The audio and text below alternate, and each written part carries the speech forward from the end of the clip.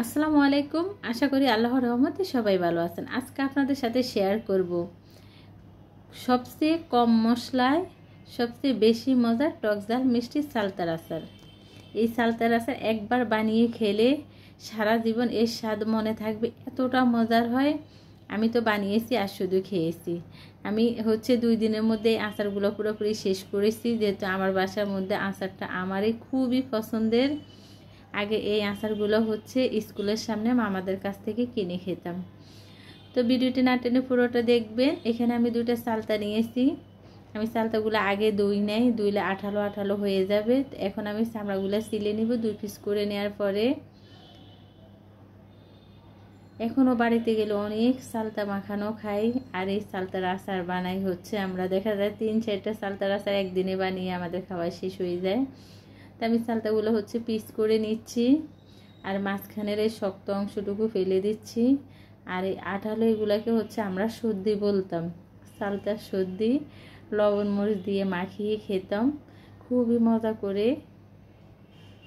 এখনও বাড়িতে গেলে খাই। তা আমি একইভাবে সালতাগুলো সব কেটে নিব। আমরা সালতাটা আগে ধুবো না, কাটার পরে ধুবো, তাহলে সালতাটা আঠালো কম হবে, কাটতে সুবিধা হবে। তা আমি 2টা সালতাই একইভাবে পিস পিস করে নিব কেটে। আর এই সর্দিগুলা আমরা যে কি মজা করে খাই, সালতার সর্দি বেশি করে মরিচ দিয়ে। এখনও যখন সব বোনেরা একসাথে হই, এখনও মজা করে খাই, কারণ খুবই দুষ্টামি করে এখনও বাড়িতে গেলে এখনও খাওয়া হয় এগুলা। তা আমি একইভাবে সবগুলা সালতা কেটে তারপরে ভালো করে ধুয়ে নিয়েছি।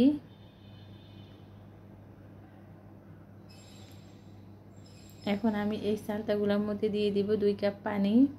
আমি 3 কাপ পানি দেব মোট। দিয়ে দিব 1 চা চামচ হলুদ গুঁড়া, আর দিয়ে দিব মরিচ গুঁড়া। আমি আগে মরিচ গুঁড়া দিয়েছি, তারপরে হলুদ গুঁড়া দিয়েছি, তারপরে দিয়ে দিয়েছি লবণ। আমি এখানে কোনো রকম কালার মিশাবো না। মামারা যে আচারগুলা বানান ওইখানে ওই আচারের সাথে হেরা স্যাগারিন মিশান, এই জন্য কালার আসে আর অনেক মিষ্টি মিষ্টি হয়। তা আমি ঢাকনা দিয়ে রেখে সালতাগুলো সিদ্ধ করে নিব।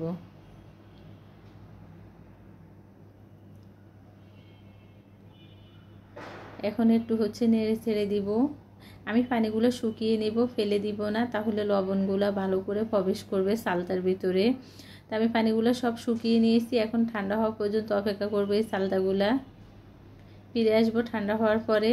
তো সালতাগুলো ঠান্ডা হওয়ার পরে আমি একটা পলিথিনের ভিতরে নিয়ে নিব, কারণ এই সালতা চেঁচায় কষ্টের, কারণ কষগুলা যখন আমরা চেঁচি তখন কষগুলা গায়ে আসে। আর আমরা যদি এইভাবে একটা পলিথিনের ভিতরে সবগুলা সালতা নিয়ে একটা পলিথিনের মধ্যে সবগুলা সালতা নিয়ে একটা পুঁতা দিয়ে আমরা এইভাবে একটু চেঁচে নিব, তাহলেই হয়ে যাবে আমাদের সালতা। কষও আর গায়ে আসবে না, আর কষ্ট কম হবে, একেবারে সবগুলা চেঁচা হয়ে যাবে। তো আমার সালতাগুলো সব চেঁচা হয়ে গেছে, আমি দেখিয়ে দিচ্ছি, দেখেন কতটা সুন্দর হয়েছে। আর চেঁচতে হবে না। এই টেকনিকে আপনারা সালতা চেঁচে নেবেন, একবারে কষ্ট কম হবে, আর খুব সহজে অনেকগুলা সালতা চেঁচা যাবে। আমি সালতাগুলো এখন বের করে নিব পলিথিন থেকে। এখানে চুলার মধ্যে আমি কিছু পাঁচফোড়ন আর শুকনো মরিচ নিয়েছি, এগুলো আমি টেলে নিব। একেবারে বেশি কড়া করে ভাজবো না, তাহলে তিতা হয়ে যাবে। যখন খুব সুন্দর গ্রান আসবে, জর্জরা হবে, তখন আমরা নামিয়ে নিব। তো আমার এই পাঁচফোড়নগুলো ভাজা হয়ে গেছে, আমি নামিয়ে রাখবো। এখন আমি ওই পাতিলেই দিয়ে দিব 1 কাপ চিনি। মিষ্টি আপনারা আরও বাড়িয়ে দিতে পারেন। আমার কাছে টক ঝাল মিষ্টি সালতার আচার খেতে ভীষণ ভালো লাগে। আমি দিয়ে দিয়েছি 2 টেবিল চামচ পানি চিনির মধ্যে।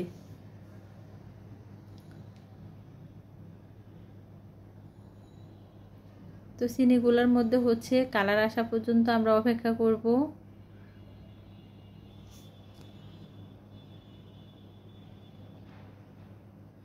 এই আচারটা আমরা গুড় দিয়েও বানিয়ে নিতে পারি। তো আমি আবার গুড় দিয়ে বানিয়ে আপনাদের সাথে শেয়ার করব সালতার আচার। তো ক্যারামেলও হয়ে গেছে আমার। এখন আমি এই ক্যারামেলের মধ্যে দিয়ে দিব পানি। আমি এখানে হাফ কাপ পানি দিয়েছি। একটু পানির সাথে মিশিয়ে নিচ্ছি ক্যারামেলগুলা। এখন আমি দিয়ে দিব সেই ছেঁচে রাখা সালতাগুলা।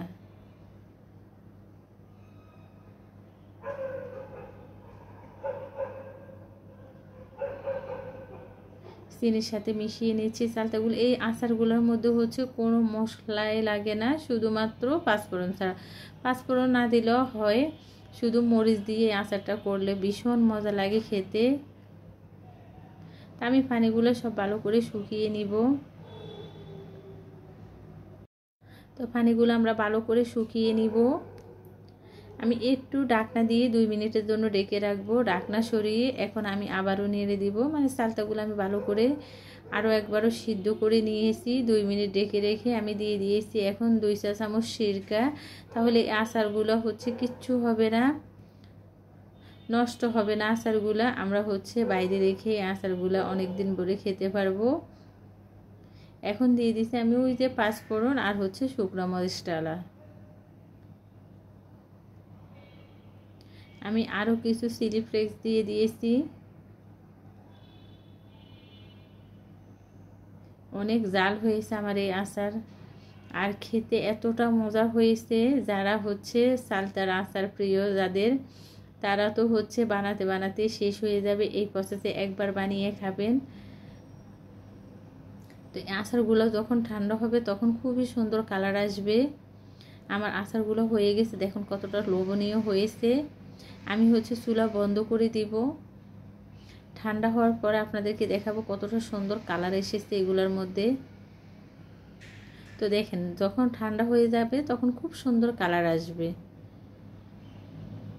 মাশাআল্লাহ, এত সুন্দর কালার এসেছে কোনো রকম কালার ছাড়া, আর এতটা মজা হয়েছে। যারা টক খায় আর সালতা খান তাদের জন্য খুবই মজার একটা আচারের রেসিপি শেয়ার করেছি। ভালো লাগলে প্লিজ আমার চ্যানেলটি সাবস্ক্রাইব করবেন, লাইক দিবেন, শেয়ার করবেন। আমার আপনাদেরকে দেখাতে দেখাতে অনেকগুলো আচার খাওয়া হয়ে গেছে। আমি তো বানানোর পরে দেখা যায় আমার অনেকগুলো খাওয়া শেষ, মানে 2 দিনে আমার এক বাটি আচার খাওয়া শেষ হয়ে গেছে। সবাই ভালো থাকবেন, আল্লাহ হাফিজ।